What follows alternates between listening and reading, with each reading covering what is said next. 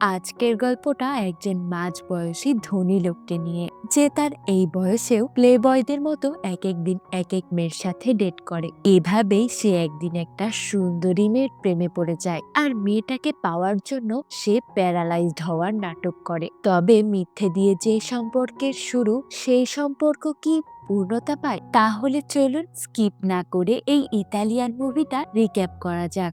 গল্পের শুরুতেই আমরা জিয়ান্নি নামের এই নামকরা বিজনেসম্যানকে দেখি। জিয়ান্নির জুতোর কোম্পানি আছে, টাকার অভাব নেই, তবে তাকে দেখে আপনার মনেই হবে না যে আর মাত্র 1 বছর পর তার হাফ সেঞ্চুরি হবে। অর্থাৎ জিয়ান্নির বয়স 49। এই বয়সেও জিয়ান্নি তার হাঁটুর বয়সী সুন্দরী মেয়েদের সাথে ডেট করে, আর এটা নিয়ে সে তার বন্ধু মহলে শো অফ করে যে তার এই বয়সে এসেও অল্প বয়সী মেয়েরা তার জন্য পাগল, মেয়েরা তার হাতের পুতুল হয়ে থাকে। এমনকি আজ এসব বলতে বলতে জিয়েনি তার এক বন্ধু ফ্যাবিওকে বলে, ওই দেখ তোর বউ আমার দিকেই তাকিয়ে আছে, ভাবির আসলে আমাকে প্রয়োজন, তোকে দিয়ে হচ্ছে না। ফ্যাবিও এবার খেপে যায় আর বলে, খবরদার, তুই যা ইচ্ছে কর, আমার বউয়ের সাথে উল্টোপাল্টা কিছু করার কথা মাথায় আনবি না। এরপর একদিন একসাথে লাঞ্চ করার সময় জিয়েনির বেস্ট ফ্রেন্ড ডানতে বলে, তুই এই নারী লোক ছেড়ে একটা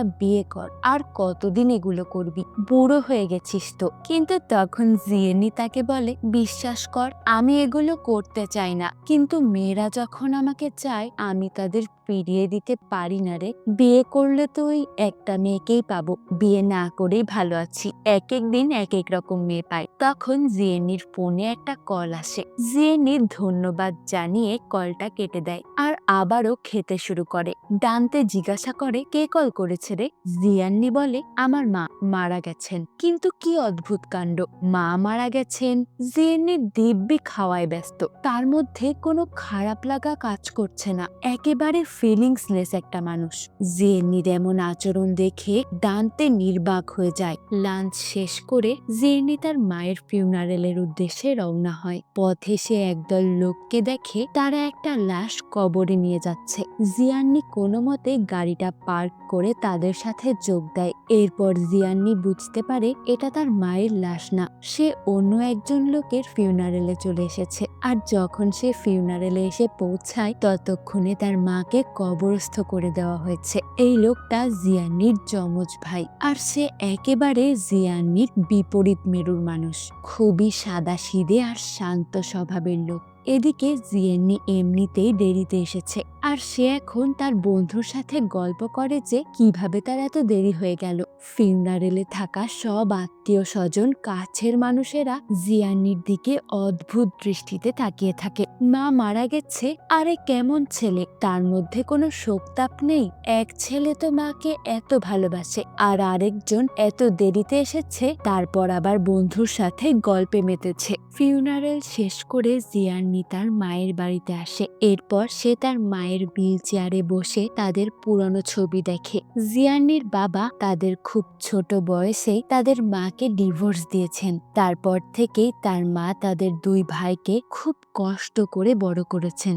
যদিও জিয়ান্নির সাথে তার ভাইয়ের সম্পর্ক খুব একটা ভালো না, তবে জিয়ান্নির মনে তার বাবার জন্য একটা সফট কর্নার আছে। জিয়ান্নি তার মায়ের ক্যাসেটটা হাতে নেয় আর তার মায়ের পছন্দের গানগুলো শুনতে থাকে। সে গান শুনতে শুনতে হুইল চেয়ারে বসেই নাচছে। এমন সময় পেছন থেকে এক সুন্দরী মেয়ে এই রুমে চলে আসে। মেয়েটার নাম অ্যালেসিয়া। সে জিয়ান্নির মায়ের পাশের ফ্ল্যাটের নতুন ভাড়াটিয়া। মেয়েটা জিয়ান্নিকে হুইল চেয়ারে বসে থাকতে দেখে তাকে প্যারালাইজড মনে করে। জিয়ান্নিকে সিম্প্যাথি দেখায়।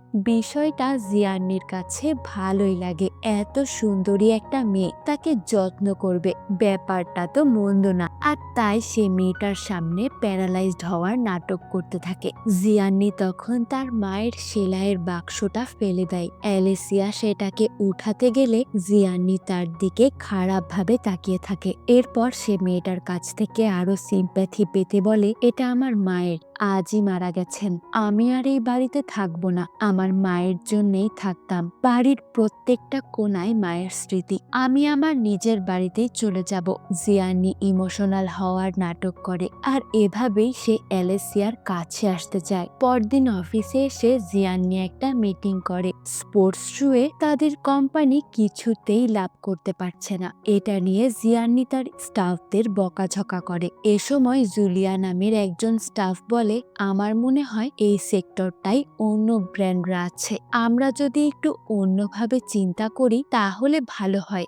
যেমন শারীরিকভাবে অক্ষম যে অ্যাথলেটসরা আছেন তাদের কথা মাথায় রেখে যদি স্পোর্টস শু তৈরি করা হয় তাহলে প্রফিটও বেশি হবে আর কোম্পানির সুনামও হবে। আর আমার মনে হয় তাদের জন্য কিছু করতে পারলে আপনারও ভালো লাগবে।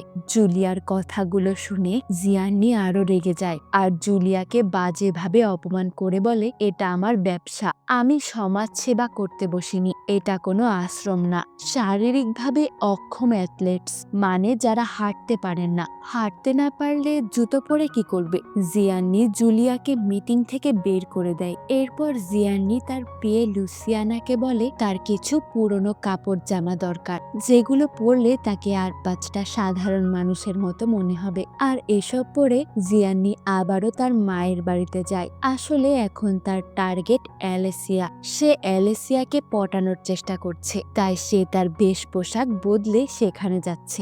জিয়ানি হুইলচেয়ারে বসে অ্যালেসিয়ার ফ্ল্যাটে নক করে। সে অ্যালেসিয়াকে চায়ের দাওয়াত দেয় আর বলে, আমার একা থাকতে মোটেও ভালো লাগছে না, তুমি যদি আসতে তাহলে আমার একা লাগতো না। এরপর জিয়ানি অ্যালেসিয়ার সাথে চা কফি খায়। অ্যালেসিয়া বুঝতে পারে জিয়ানির মতলব মোটেও ভালো না, কিন্তু সে এমন প্যারালাইজড মানুষের সাথে ডেট করতে চায় না। অ্যালেসিয়া জিয়ানিকে তেমন একটা পাত্তা দেয় না, কিন্তু অ্যালেসিয়া যখন চলে যাচ্ছিল তখন জিয়ানি তাকে বলে, তুমি নিশ্চয় ইতালির সবচেয়ে বড় জুতোর কোম্পানির নাম শুনেছ, ওটার মালিক আমি, আমার একটা আলিশান বাড়িও আছে। এগুলো শুনে তো অ্যালেসিয়ার চোখ কপালে উঠে যায়। সে জিয়ানিকে সামনের ছুটির দিনে তাদের গ্রামের বাড়িতে আসতে বলে। অ্যালেসিয়াও জিয়ানির টাকার লোভে পড়ে গেছে। তো এরপর ছুটির দিন অ্যালেসিয়ার কথা মতো জিয়ানি অ্যালেসিয়ার গ্রামের বাড়িতে যায় আর সে তার গাড়িটা অ্যালেসিয়াদের বাড়ি থেকে কিছুটা দূরেই রাখে আর বাকিটা পথ সে হুইল চেয়ারে যায়। অ্যালেসিয়া জিয়ানিকে তার বাবা মায়ের সাথে পরিচয় করিয়ে দেয়। এই বৃদ্ধা অ্যালেসিয়ার দাদি। দাদি জিয়ানিকে দেখে বলে, তুই যেমন বয়স বললি মনে হচ্ছে আরো বেশি হবে। খানিকক্ষণ পর অ্যালেসিয়া বলে, বোন এসেছে মনে হয়। তখন জিয়ানি উকি দিতেই গাড়ির মধ্যে অপরূপ সুন্দরী একটা মেয়েকে দেখে। মেয়েটাকে দেখে সে মনে মনে বলে, ইস, এ তো অ্যালেসিয়ার থেকেও বেশি সুন্দরী, একে যদি ডেট করতে পারতাম। জিয়ানি হাঁ করে মেয়েটার দিকে তাকিয়ে থাকে, কিন্তু মেয়েটা গাড়ি থেকে নামার আগে একটা হুইল চেয়ার বের করে, মানে মেয়েটা প্যারালাইজড। মুহূর্তের মধ্যেই জিয়ানির হাসি, মনের মধ্যে যত রকম কুচিন্তা সব কর্পূরের মতো উড়ে যায়। সে বুঝতে পারে অ্যালিসিয়া কেন তাকে গ্রামের বাড়িতে ডেকেছে। মূলত সে তার এই প্যারালাইজড বোনের জন্য একজন পারফেক্ট ম্যাচ খুঁজছিল। অ্যালিসিয়ার বোন দেখতে সুন্দরী হলেও তার শারীরিক অক্ষমতার জন্য তার বিয়ে হচ্ছে না। তাই অ্যালিসিয়া যখনই জিয়ানিকে দেখে তখন তার মনে হয় তার বোনের জন্য এর থেকে পারফেক্ট মানুষ আর কেউ হতেই পারে না। এজন্য সে জিয়ানিকে তার পরিবারের সাথে পরিচয় করিয়ে দেয়। মেয়েটার নাম চিয়ারা। সেদিন বৃষ্টি হয়। চিয়ারা জিয়ানির সাথে গল্প করছে। সে জিয়ানিকে বলে, আমি শপিং করতে ভীষণ ভালোবাসি, খেলতেও ভালোবাসি, আমি একজন অ্যাথলেটস। তার কথা শুনে জিয়ানির ভীষণ হাসি পায়, কিন্তু সে কোনো মতে তার হাসিটা কন্ট্রোল করে রাখে। এরপর চিয়ারা বলে সে টেনিস প্লেয়ার, আবার মিউজিশিয়ানও। চিয়ারা অনেক ভালো ভায়োলিন বাজায়। গ্রাম থেকে ফিরে জিয়ানি তার বন্ধুদের সাথে আড্ডা দেয়। তখন ঘটনাগুলো তার বন্ধুদের বলে আর এটা নিয়ে তার বন্ধুরা তার সাথে মজা করে যে অবশেষে জিয়ানি একটা পঙ্গু মেয়েকেও ছাড়লো না। তখন জিয়ানির বন্ধু ফ্যাবিও বলে, আর যাই হোক, জিয়ানি এই মেয়ের সাথে খারাপ কিছু করতে পারবে না। কথাটা জিয়ানির ভালো লাগে না। সে কোনো মেয়েকে পটাতে পারবে না বা কোনো মেয়ের সাথে ফিজিক্যাল রিলেশনশিপে যেতে পারবে না, এই কথাটা সে মানতে পারে না। জিয়ান্নি ফ্যাবিওর সাথে বাজি ধরে যে সে যেভাবেই হোক চিয়ারাকে পটাবে আর তার সাথে ফিজিক্যাল রিলেশনশিপে জড়াবে। পরের দিন অ্যালেসিয়া জিয়ান্নির রেনকোট পেরিয়ে দিতে তার মায়ের ফ্ল্যাটে আসে। তখন জিয়ান্নির ভাই দরজা খুলে বলে জিয়ান্নি তো নেই। সে কিছুটা অবাক হয় যে এই মেয়ে কিভাবে জিয়ান্নিকে চিনল। তারপর সে অ্যালেসিয়ার সাথে কথা বলে বুঝতে পারে যে জিয়ান্নি তার সামনে পঙ্গু হওয়ার নাটক করেছে। অ্যালিসিয়া তাকে এটাও জানায় যে তার বোনের সাথে সে জিয়ান্নির রিলেশন করিয়ে দিয়েছে। জিয়ান্নি এখন তার বোনকেই ডেট করছে কারণ তারা একদম পারফেক্ট ম্যাচ।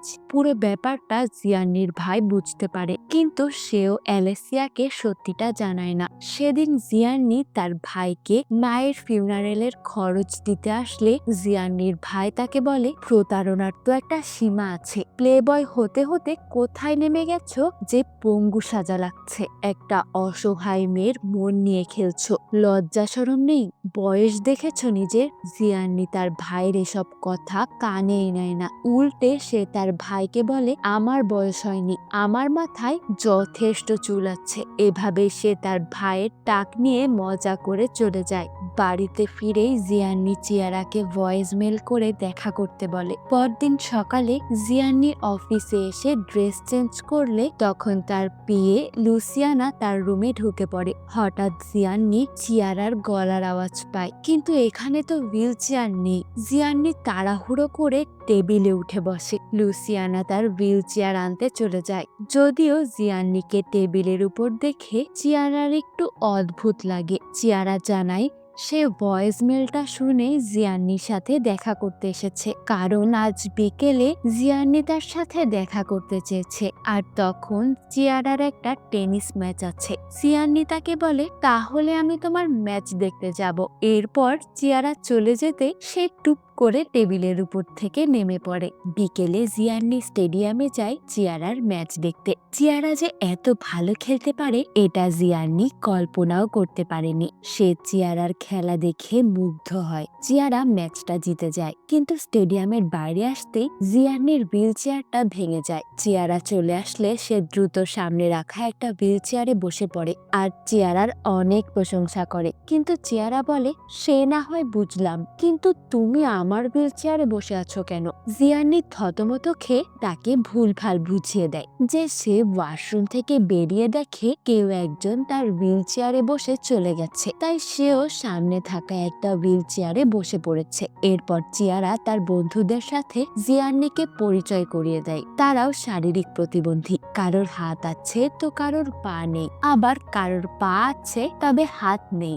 জিয়ান্নির তাদের সাথে খুব অদ্ভুত লাগে। এরপর চিয়ারার বন্ধুরা জিয়ান্নিকে তার প্যারালাইসিস হওয়ার বিষয়ে অনেক প্রশ্ন করে। জিয়ান্নির তো এসব শুনে মাথা খারাপ হয়ে যায়। সে কোনো মতে পালিয়ে আসে। এরপর চিয়ারার হুইল চেয়ার ফেরত দিতে সে লুসিয়ানাকে পাঠায়। চিয়ারাকে দেখে লুসিয়ানার অনেক খারাপ লাগে, কারণ সে জানে জিয়ান্নি তার সাথে প্রতারণা করছে। মেয়েটা এমনিতেই অক্ষম, তার মন নিয়ে খেলতে জিয়ান্নির বাঁচছে না। লুসিয়ানা চিয়ারাকে সত্যিটা বলতে যেও বলে না। আজ আবার আরেকটা শহরে চিয়ারার একটা মিউজিক্যাল প্রোগ্রাম আছে, জিয়ান্নি সেখানে যাবে। তাই সে একটা বৃদ্ধ লোকের কাছ থেকে একটা ইলেকট্রিক হুইল চেয়ার 300 টাকায় ভাড়া নেয়। এরপর সেটা নিয়ে চলে যায় চিয়ারার মিউজিক্যাল প্রোগ্রামে। চিয়ারার ভায়োলিন শুনে জিয়ান্নির খুব ভালো লাগে। সে আসলে নিজের অজান্তেই চিয়ারাকে ভালোবেসে ফেলছে। চিয়ারা জিয়ান্নিকে এখানে দেখে অবাক হয়, কারণ এসব ক্লাসিক্যাল মিউজিক জিয়ান্নির একেবারেই পছন্দ না। তাহলে সে এখানে কেন আসলো? জিয়ান্নি বলে এমনি এসেছি, আমার একটু কাজ ছিল। এরপর সে চিয়ারাকে নিয়ে একটা রেস্টুরেন্টে যায়। জিয়ান্নি খেতে খেতে চিয়ারাকে বলে আমি তোমাকে একটা মিথ্যে বলেছি, যেটা আমার উচিত হয়নি। এরপর কিছু বলার আগেই জিয়ান্নির ইলেকট্রিক্যাল চেয়ারের একটা সুইচে চাপ লেগে চেয়ারটা একাই চলতে শুরু করে। জিয়ান্নি পাশের টেবিলের এক মহিলার সাথে ধাক্কা খায়। এরপর সে চেয়ারটা কন্ট্রোল করতে পারে না আর একবার সামনে একবার পেছনে ধাক্কা খায়। এসব করতে করতে সে পুরো রেস্টুরেন্টটা মাথায় করে নেয়। রেস্টুরেন্টের সবাই তার উপর চটে যায়। বাইরে এসে হুইল চেয়ারে বসে দুজন হাত ধরে গোটা শহরটা ঘোরে। এরপর জিয়ান্নি চিয়ারার সাথে চিয়ারার হোটেল রুমে আসে। জিয়ান্নি চিয়ারাকে কিস করে আর তার কাছে আসতে চায়, কিন্তু চিয়ারা বলে এখন সে এসবের জন্য প্রস্তুত না। চিয়ারা পরের দিন তার বোন অ্যালেসিয়ার সাথে কথা বলতে বলতে সে অ্যালেসিয়াকে বলে সে জিয়ান্নিকে ভালোবেসে ফেলেছে। সেদিন রাতে জিয়ান্নি চিয়ারাকে তার বাড়িতে ডিনারের জন্য ইনভাইট করে। চিয়ারা জিয়ান্নির বাড়িটা ঘুরে ঘুরে দেখছে, কিন্তু জিয়ান্নি নিজের বাড়িতে হুইল চেয়ার নিয়ে চলতে পারছে না, জিনিসপত্রের সাথে ধাক্কা খাচ্ছে। এরপর তারা দুজন ডিনার করে। চিয়ারা জিয়ান্নিকে বলে তোমার এমন অবস্থা কিভাবে হলো? জিয়ান্নি প্রথমে কিছুই বলে না। এরপর সে বলে আমি ক্রিস্টোফার রিভের মতো অ্যাক্সিডেন্ট করেছিলাম। সুপারম্যান ক্রিস্টোফার রিভ চেনো তো নিশ্চয়ই, আমি ওনার মতোই ঘোড়া থেকে পড়ে গেছিলাম। চিয়ারা এটা শুনে বলে তাহলে তো তুমি ভাগ্যবান, ক্রিস্টোফার রিভের তো মেরুদণ্ড ভেঙে গেছে, তুমি তো সেই তুলনায় ভালোই আছো। জিয়ান্নি চুপ হয়ে যায়। এরপর চিয়ারা নিজের কথা বলে সে রাস্তা পার হতে যে অ্যাক্সিডেন্টের পর এমন প্যারালাইজড হয়ে গেছে। এসব কথা বলতে বলতে চিয়ারা ইমোশনাল হয়ে পড়ে। তখন জিয়ান্নি টেবিলের নিচ থেকে দুটো সুইমিং টিউব বের করে আনে আর একটা সুইচের চাপ দিতেই পুরো ঘরটা পানিতে ভরে যায়। চিয়ারা এবং জিয়ান্নি ঘরের মধ্যে সাঁতার কাটতে থাকে। এরপর তারা দুজনের কাছে চলে আসে।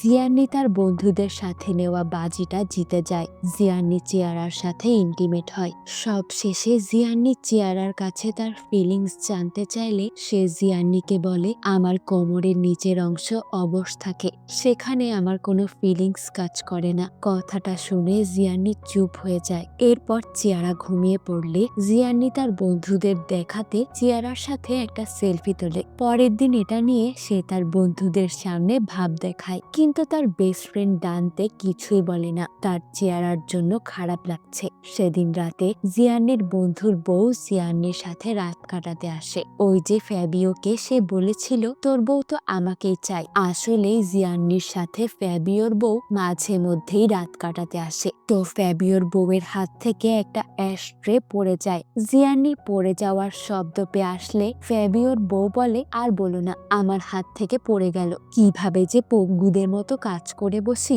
কথাটা শুনে জিয়ান্নির মাথা গরম হয়ে যায়। জিয়ান্নি তখনই ফ্যাবিওর বউকে তাড়িয়ে দেয়। পরের দিন সকালে জিয়ান্নি লুসিয়ানাকে বলে জুলিয়াকে আমার রুমে পাঠাও। তখন লুসিয়ানা বলে জুলিয়া আর তোমার অফিসে চাকরি করে না, তুমি ওকে অপমান করে তাড়িয়ে দিয়েছ, ভুলে গেলে কিভাবে?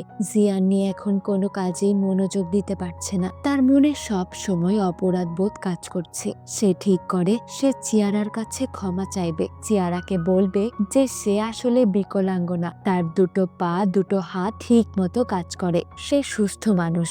জিয়ান্নি তাকে ফোন করে বলে আমি তোমাকে একটা কথা বলতে চাই। সে চিয়ারার বাড়িতে যায়। চিয়ারা তখন পেছন ফিরে ভায়োলিন প্র্যাকটিস করছিল। জিয়ান্নি সাহস করে হুইল চেয়ার ছেড়ে নিজ পায়ে উঠে দাঁড়ায়, কিন্তু চিয়ারার ভায়োলিন বাজানো শেষ হতেই সে আবারও সব আত্মবিশ্বাস হারিয়ে বসে পড়ে। জিয়ান্নির বুকে চিয়ারা মাথা রেখে বলে তুমি কি বলতে চাচ্ছিলে, বলবে না? জিয়ান্নি তখন কথা ঘুরিয়ে নেয় আর তার ছোটবেলার ছবি দেখিয়ে বলে তুমি ছোটবেলা থেকেই ভায়োলিন বাজাও। চিয়ারা কথায় কথায় তার এক্স বয়ফ্রেন্ডের কথা বলে। জিয়ান্নি তাকে ব্রেকআপের কারণ জিজ্ঞাসা করলে চিয়ারা বলে অ্যাক্সিডেন্টের পর সে ব্রেকআপ করেছে, এছাড়াও সে আমার কাছে কথা লুকিয়েছে, মিথ্যে বলেছে। আমি সব সহ্য করতে পারি, কিন্তু মিথ্যেবাদীদের আমার পছন্দ না, আমি মিথ্যেবাদীদের ঘৃণা করি। চিয়ারার এই কথা শুনে তো জিয়ান্নি আরো ভয় পায়। জিয়ান্নি তো চিয়ারাকে নিজের অজান্তেই অনেক ভালোবেসে ফেলেছে, তবে তার এই ভালোবাসায় শুরু থেকে শেষ পুরোটাই তো মিথ্যে দিয়ে ভরা। জিয়ান্নি চিয়ারাকে হারিয়ে ফেলার ভয় পায়। চিয়ারা জিয়ান্নিকে বলে তোমাকে আমার বন্ধুদের সাথে পরিচয় করিয়ে দিলাম, তুমি তোমার বন্ধুদের সাথে আমাকে পরিচয় করিয়ে দিবে না? জিয়ান্নির যেসব বন্ধুরা, তাদের সাথে তো আর চিয়ারাকে পরিচয় করাতে পারবে না, তাই সে তার বন্ধু ডানতে আর লুসিয়ানাকে নিয়ে যায়। লুসিয়ানা সেই রেস্টুরেন্টে গান গায়। এরপর জিয়ান্নি তাকে বলে তোমার এই ট্যালেন্টের কথা তো আমি জানতামই না। লুসিয়ানা তো আজ চিয়ারাকে সত্যিটা বলে দিচ্ছিল। এমন সময় জিয়ান্নি তার কাপড়ে সয়া সস ফেলে ডানতেকে নিয়ে ওয়াশরুমে পালিয়ে যায়। ওদিকে জিয়ান্নির ভাই অ্যালেসিয়ার ফ্ল্যাটে যায় আর সে অ্যালেসিয়াকে জিয়ান্নির বিষয়ে সব সত্যি বলে দেয়। অ্যালেসিয়া তো রেগে আগুন হয়ে যায়। সে জিয়ান্নির সাথে দেখা করে সবার সামনে ঠাস করে তার গালে এক চড় বসিয়ে দেয় আর বলে, তোমাকে 2 দিন সময় দিলাম। আমার বোনকে সত্যি না বললে আমি ওকে সব বলে দিব, আর এটাও বলবো যে তুমি ওকে ঠকিয়েছ, ওকে তুমি ভালোবাসো না। তোমার এত বড় সাহস, তুমি আমার বোনের ফিলিংস নিয়ে খেললে। সেদিন জিয়ান্নি তার বাবার সাথে একটা বারে দেখা করতে যায়। জিয়ান্নির বাবাও তার মতোই লম্পট একজন লোক। তার এই চরিত্রের জন্যেই তার মা তাদের 2 ভাইকে বাবার থেকে দূরে রাখত। কিন্তু জিয়ান্নি সবসময় তার বাবার মতোই হতে চেয়েছে। জিয়ান্নি তার বাবাকে সব খুলে বলে। তখন বারে একটা পবিত্র স্থানের কথা অ্যানাউন্স করা হয়। জিয়ান্নির বাবার মাথায় বুদ্ধি আসে আর সে জিয়ান্নিকে বলে, তুমি চিয়ারাকে নিয়ে ওই চার্চে যাও আর এমন অভিনয় করো যে সেই পবিত্র স্থানে যে তোমার পা ঠিক হয়ে গেছে। অন্যদিকে অ্যালেসিয়া চিয়ারাকে সব সত্যি বলতে তার কাছে আসে। তখনই জিয়ান্নি তাকে কল করে সেই চার্চে যাওয়ার কথা বলে। সে চিয়ারাকে বলে, ওখানকার ফাদার অনেক ভালো, উনি ওনার অলৌকিক ক্ষমতা দিয়ে আমাকে সুস্থ করে তুলতে পারবেন। অ্যালেসিয়া বলে, কি বলল জিয়ান্নি? চিয়ারা তখন বলল একটা অলৌকিক ঘটনা ঘটবে। অ্যালেসিয়া বলে, মানে? চিয়ারা হেসে বলে, জিয়ান্নি বিকলাঙ্গ না, সে হাঁটতে চলতে পারে। অ্যালেসিয়া অবাক হয়ে যায়। চিয়ারা বলে, আমি বিকলাঙ্গ, শারীরিক প্রতিবন্ধীদের দেখলেই আমি বুঝি কে প্রতিবন্ধী আর কে সুস্থ। আমি জিয়ান্নিকে প্রথম দেখাতেই বুঝেছিলাম সে সুস্থ, কিন্তু তাকে বুঝতে দেইনি কারণ মানুষটার মনটা ভালো। ও নাটক করতে করতে আমাকে ভালোবেসে ফেলেছে। ও বিকলাঙ্গ না, কিন্তু আমাকে হারানোর ভয়ে ও বিকলাঙ্গ হয়ে থাকে। পরের দিন চিয়ারা জিয়ান্নির সাথে সেই চার্চে যায়, কিন্তু চার্চের ফাদার জিয়ান্নিকে বলেন তিনি জিয়ান্নিকে সাহায্য করতে পারবেন না, কারণ তিনি যদি এমনটা করেন মানুষদের মনে হবে ফাদারের অলৌকিক ক্ষমতা আছে। ফাদার কারোর সাথে প্রতারণা করতে চান না, তাই সে জিয়ান্নিকে ফিরিয়ে দেন। জিয়ান্নি বাইরে আসার পর চিয়ারা ইচ্ছা করে রাস্তার মাঝখানে চলে যায়, আর তখনই একটা লরি ট্রাক চিয়ারার সামনে চলে আসে। জিয়ান্নি এটা দেখে কোনো কিছু না ভেবেই চিয়ারাকে বাঁচিয়ে নেয়। জিয়ান্নি বুঝতে পারে চিয়ারা তার প্রতারণা সম্পর্কে জেনে গেছিল, তাই সে আর চিয়ারার সাথে শহরে ফিরে যায় না। জিয়ান্নি তার বন্ধুদের সাথে আড্ডা দিতে আসলে ফ্যাবিও তার উপর অ্যাটাক করে। ফ্যাবিও তার স্ত্রীর সাথে জিয়ান্নির সম্পর্কের ব্যাপারটা জেনে গেছে। জিয়ান্নির আর কিছুই ভালো লাগে না। সকালে সে প্রথমবারের মতো তার মায়ের কবরের কাছে যায় আর তার মনের কথাগুলো সে তার মায়ের কবরের সামনে যেয়ে বলে। এরপর সে অফিসে আসলে লুসিয়ানা তাকে বলে সে আর এই অফিসে কাজ করতে চায় না। লুসিয়ানা জিয়ান্নির এসব কর্মকাণ্ডে বিরক্ত হয়ে গেছে, তাই সেই চাকরি ছেড়ে দিতে চায়। মিটিং এ জিয়ান্নি জুলিয়াকে তার সম্মান ফিরিয়ে দেয় আর তার কথা মতোই শারীরিক প্রতিবন্ধীদের জন্য একটা উদ্যোগ নেওয়া হয়। জিয়ান্নি চিয়ারাকে খুঁজতে তার গ্রামে চলে যায়। চিয়ারার দাদি জিয়ান্নিকে বলে, তুমি আমার নাতনিকে কষ্ট দিয়েছ, আমি বলবো না সে কোথায় আছে। জিয়ান্নি বলে, আমি ঘুমাতে পারছি না, ওকে পেলে আমি আগলে রাখবো। এরপর দাদি তাকে বলেন চিয়ারা তার মিউজিক্যাল শো এর জন্য আরেকটা শহরে গেছে আর সে এখন রাস্তায় আছে। দাদি জিয়ান্নিকে দ্রুত সেখানে যেতে বলেন। জিয়ান্নি দাদির কথা মতোই সেই রাস্তায় যায় আর চিয়ারাদের সেই বাসের সামনে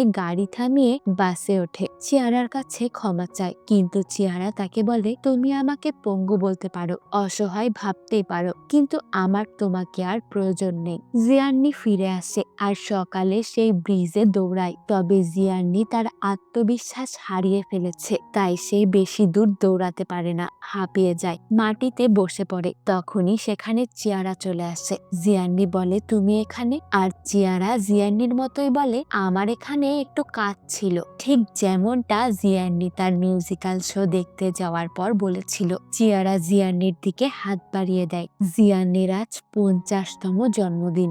জিয়ান্নি চিয়ারাকে কোলে তুলে নেয় আর তারা সবাই একসাথে নাচে। অ্যালেসিয়া জিয়ান্নির ভাইয়ের সাথে রিলেশনে আছে। এভাবেই আজকের মুভির গল্পটা শেষ হয়। গল্পটা কেমন লাগলো জানাতে ভুলবেন না। সম্পূর্ণ মুভিটা টেলিগ্রাম চ্যানেলে দেওয়া, চাইলে দেখে আসতে পারেন। আজকে আমার একটু ঠান্ডা লেগেছে, তাই গলাটা খুবই বাজে শোনাচ্ছে। কষ্ট করে পুরো ভিডিওটা দেখার জন্য অসংখ্য ধন্যবাদ। ইনশাল্লাহ ফিরে আসবো নতুন কোনো মুভির গল্প নিয়ে। ততক্ষণ পর্যন্ত মিস রিক্যাপের সাথেই থাকুন।